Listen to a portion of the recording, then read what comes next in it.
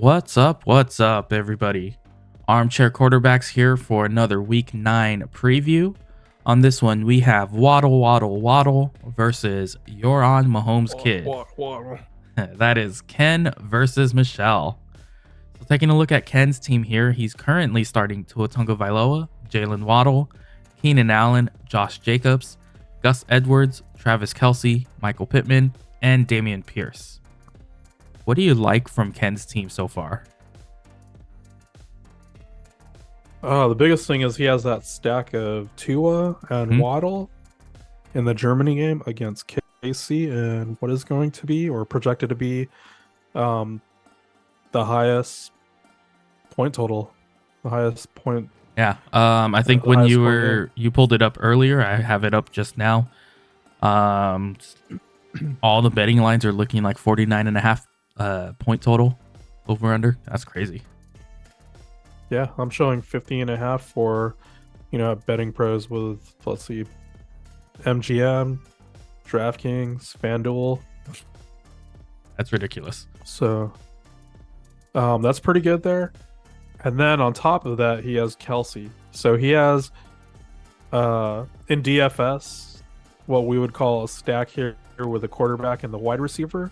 But you could actually bring that around back with Kelce from the other team. So now you have three players, assuming let's say Tua and Waddle go off, right, and they score a whole bunch of touchdowns. Now you have Patrick Mahomes and specifically Kelce here, who has to score to keep up. So it's really good when you have these players like this, and especially for this huge game. I think that one's going to be pretty big. Gus Edwards showed up as questionable. Not sure what that was about here. He's dealing with a toe injury, it's looked like. No, it's injury. It'll be interesting to see toe if injury. Just make sure that's not turf toe or something where it's really going to affect his running. Already on a tough team to project who's going to be rushing for a TD. So those are some, Michael Pittman should be a good one against Carolina. I would say my one question would probably be Dameon Pierce right here. I agree. In another video, I had mentioned that I dropped Dameon Pierce in another league. You could actually, I would probably bench him, especially against Tampa Bay's run defense. They have a really stout run defense here. You could feel comfortable playing, I would say probably Romeo Doubs, Christian Watson, Brian Robinson up against New England's defense here. That would be that's tough. I mean, that's could do that. He's getting more work, but I would just say against, you're picking against Dameon Pierce, Romeo Doubs, Christian Watson, or Robinson. Robinson, I would say, less of a timeshare. And then I would say Christian Watson, probably if he's healthy, Yeah, definitely. Could also look at some trades if you need to bolster up some running back or wide receiver depth. I think looking at your roster here, you got James Conner still on IR. He looks like he should be coming back soon. Have they designated him yet? Do you know? For you? James Conner. James Conner. I have. You know what? I was. I forget it might have been the footballers. Whoever I was listening to on the podcast, they're saying the same thing. Like, we still haven't heard anything. Yeah. I opened up the little news blurbs about him from Yahoo. Really? One of the updates from RotoWire says could be back week 10. So he's been out for a while for your team. You definitely need some depth there. So we've said it. We showed it in other videos. There's not a lot of depth pieces here that you can feel confident with on the waiver wire. I think your best bet is probably through some trades. So It's one of those things where if you're really looking trying to make a push here, you gotta savvy up and sweet talk some people here into a trade here. You might have to package a couple of guys with some pieces to get a better piece. All right, so let's take a look here over at Michelle's team. She's currently starting Patrick Mahomes. Again, there's that Kansas City Miami game. Also Michael Thomas, Drake London, DeAndre Swift, Najee Harris, Taysom Hill, Tyler Boyd, and David Njoku. Seeing all these questionables on her team right now, currently, how do you feel with her starting roster? It's pretty tough here with, like Michael Thomas. I'm not really big on him. Um, London, it'll be interesting to see how that works out. Right. Taysom Hill, I thought that was an interesting pickup because I really wanted to pick up Taysom Hill. Uh, um, Tyler Boyd was another nice one here. Again, I've said it, you know, I probably wouldn't stack two tight ends. Flexing a tight end's not the greatest thing. Njoku did get saved by a touchdown. That was his first touchdown of the season. I believe the footballers were actually mentioning that. That's not something you really want to chase. Correct. So, just to go back, let's look on the waiver wire, especially if you want to go wide receiver. It's a little bit easier. For Michelle's team here, you could look at, instead of Njoku, you could look at Elijah Moore. Huge one. I was listening to Justin Boone. He points out smartly during the trade deadline on Tuesday, Cleveland got rid of Donovan Peoples-Jones. Yeah. So now you're looking at Elijah Moore as a number 2 behind Amari Cooper. That's a pretty good one. Brandon Cooks. Brandon Cooks is okay. I would say New England. That's a pretty interesting one with Devontae Parker kind of iffy. You looked at Kendrick Bourne out with an ACL.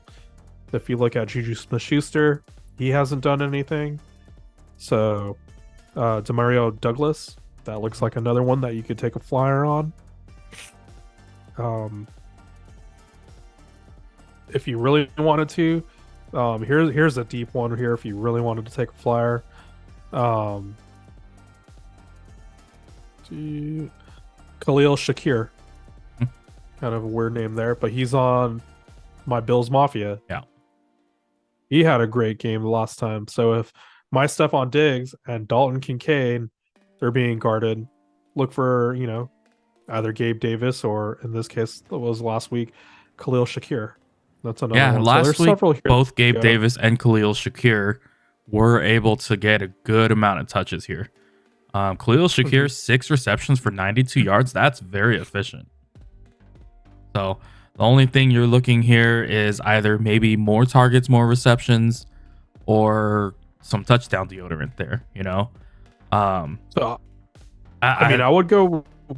I would say I would go with those ones. Yeah. If you're gonna look at the waiver wire, don't just go with like an Odell Beckham because we already know what he is. We kind of see that he's older now. Same thing with like a DJ Chark. If you're really into football and those players, go with some of these more upside players. Because like I said, you want to go for the upside, not the safety of what we've seen, from these has-beens, 2, 3, 4 years ago. Yeah, OBJ, I mean, everybody knows the name. We love the guy as a player, what he used to be. He is not what he used to be, though. That's the thing.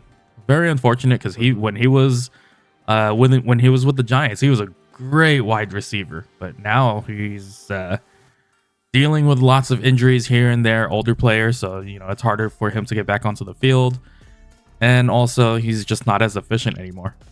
So I agree, definitely look at some of these more obscure wide receivers that you don't think of. Like Jonathan Mingo, he's a rookie wide receiver for the Carolina Panthers. If you don't think Adam Thielen's gonna get the looks, it could go Jonathan Mingo's way because they still don't have Miles Sanders, for example. So just different players you can look at and you should look on and read about just in case. I'll throw out one more here, just a crazy one. How about if you're really going to go for a ceiling play, you look at your opponent here, and um, Ken has Travis Kelsey, right? What if Michelle, she could go instead of this Titan here with Njoku, um, or even Michael Thomas, you throw in a Mecole Hardman or a Sky Moore or a Kadarius Kadarius Toney, Tony, yeah. or you throw in two of them. If this is the highest, you're training it like the lottery, because this is the whole point, is to win. You're not here to get second place. So, um, add maybe one of the wide receivers from Kansas City, or two of them, because now look, if one of those guys scores or both of them scores, you get points for them. Plus, you get points for having the quarterback Patrick Mahomes, Yep. and it's a negative correlation because now Travis Kelsey doesn't get that touchdown. Yeah. So you're actually doing like a 2-point, 3-point score there, like a huge swing. So that's just another way you could look at it. Yeah, waiver wire is definitely rough, but if you're looking to find some players there, if you can't find any good trades, those are just a few names to look into. We definitely recommend trying to make some moves here, trying to either moves via trade or via the waiver wire.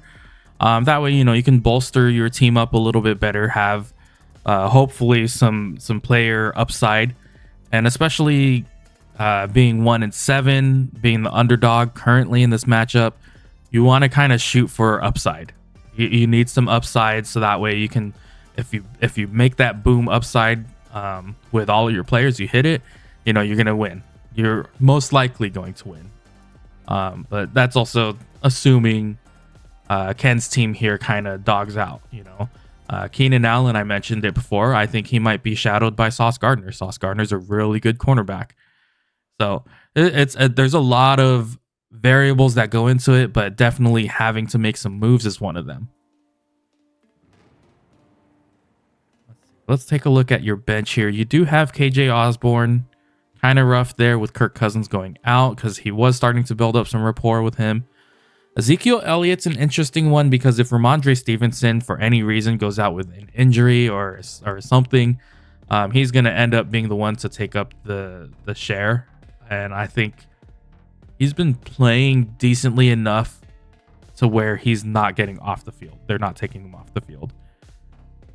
So definitely for sure, look at your players, look at your options, see what you can do to try and help your depth out a little bit more. But besides that, it's up in there. It's really all up to you to how you want to manage your team here. Either way, that'll be it for this Week 9 recap. We'll catch you guys in the next one. Peace out.